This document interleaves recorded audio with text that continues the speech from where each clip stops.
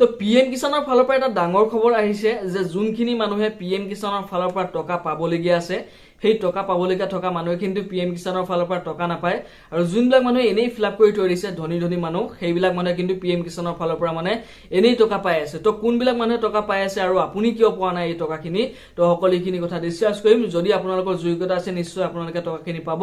তো আপোনালোকে কি কৰিব লাগিব যদি এতিয়ালৈকে 7 নম্বৰ 8 নম্বৰ কিস্তি পোৱাৰ পিছত ৰখি গৈছিলে আৰু যদি হে 13 নম্বৰ কিস্তিটো হুমুৱা নাই তেতিয়াহলে কিন্তু 14 নম্বৰ কিস্তিটো কেনেকৈ পাব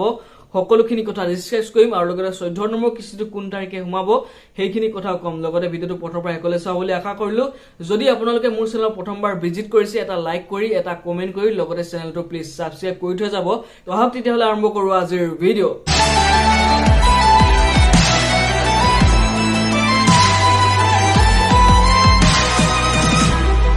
তো হেইবিলাক মানুহে পিএম কিষাণৰ টকা নাপায় যোনবিলাক মানুহৰ ডকুমেন্ট ক্লিয়াৰ নাথাকে আৰু যদি হে এই কেৱাইসি কৰা নাই 7 নম্বৰ 8 নম্বৰ কিস্তি পোৱাৰ পিছত ৰখি গৈছিল আৰু হেইবিলাক মানুহৰ একাউণ্টটো মানে ডিএক্টিভ হৈ গৈছিল মানে মাজতে বহুত খেলেমেলি হৈ গৈছিল মানে কিছুমান মানে ডকুমেন্ট এনে যাটা ডকুমেন্ট দি দিয়া পিছতো মানে পিএম কিষাণৰ টকা হুমাই আছিল কিন্তু তাৰ পিছত কি কৰিলে মানে আধাৰ কাৰ্ডটো লিংক কৰিব দিলে আৰু যেতিয়া আধাৰ কাৰ্ড লিংক কৰিব দিলে তেতিয়ালে উলাই পৰিলে মানে যোনবিলাক ডুপ্লিকেট মানুহ হেইবিলাকৰ একাউণ্ট বিলাক মানে ডিএক্টিভ হৈ গল যদি আপোনালোকে আধাৰ কেৱাইসি কৰা নাছিলে তেতিয়া হলে আপোনালোকৰ একাউণ্টটো মানে ডিএক্টিভ হৈ গল ডিএক্টিভ হোৱাৰ আপোনালোকে কেৱাইসি কৰাৰ পিছতো একো কাম নহব কাৰণ ডিএক্টিভ কৰাৰ পিছতো আপোনালোকে এগ্ৰিকালচাৰ অফিচত যাব লাগিব আৰু লগতে পঞ্চায়ত অফিচত গৈ নতুনকে ফৰ্ম ফিলআপ কৰিব লাগিব আৰু নতুনকে ফৰ্ম ফিলআপ কৰাৰ পিছতো যদি আপোনালোকৰ পিএম কিষাণৰ টকা হুমুৱা নাই তেতিয়া হলে কি কৰিব লাগিব কৈ দিছো আপোনালোকে এগ্ৰিকালচাৰ অফিচত যাব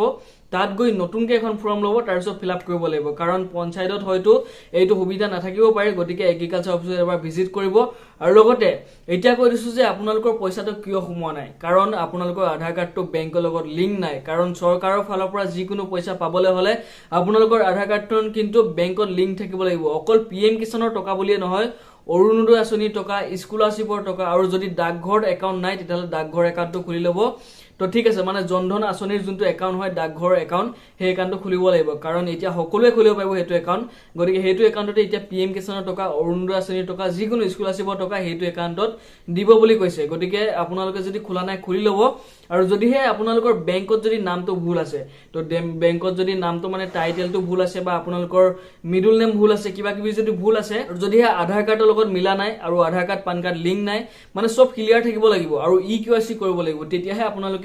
পিএম কিষাণৰ টকা নহলে অৰুণোদয় আঁচনিৰ টকা পাব তো এতিয়া মানে কি হল যোনবিলাক মানুহে পাবলগীয়া আছে এইবিলাক মানে পোৱা নাই কাৰণ এইবিলাক কথা গুৰুত্ব দিয়া নাই সেইকাৰণে হয়তো পিএম কিষাণৰ টকা আপোনালোকৰ হুমুৱা নাই তো এইবাৰ পৰা আপোনালোকে ধ্যান দিব যে যদিহে আপোনালোকে এইগিটা কাম এতিয়ালৈকে কৰা নাই কৰিব লাগিব তেতিয়াহে কিন্তু পিএম কিষাণৰ টকা পাব আৰু যোনবিলাক মানুহে এনে ডুপ্লিকেট কে দি আছে এতিয়াৰ পৰা হেবিলাকে পইচা নাপাব কাৰণ কেৱাইসি কৰিলে সকলো কথা ধৰা পৰি যাব আৰু আপুনি যদি নতুনকে বেনিফিচিয়াৰীৰ কাৰণে এপ্লাই কৰিব বিচাৰে এপ্লাই বৰ্তমান চলি আছে তো এপ্লাই কৰাৰ লিংকটো মই দি দিম বাৰু তো তাত আপোনালোকে সেই ফৰ্মখন ডাউনলোড কৰি পঞ্চায়ত অফিচত জমা কৰিব লাগিব নহলে এগ্ৰিকালচাৰত গৈও আপোনালোকে জমা কৰিব পাৰিব আৰু লগতে এতিয়া কৈছো যে 14 নম্বৰ যোনটো কিস্তি সেই কিস্তিটো কোনসকল মানুহে পাব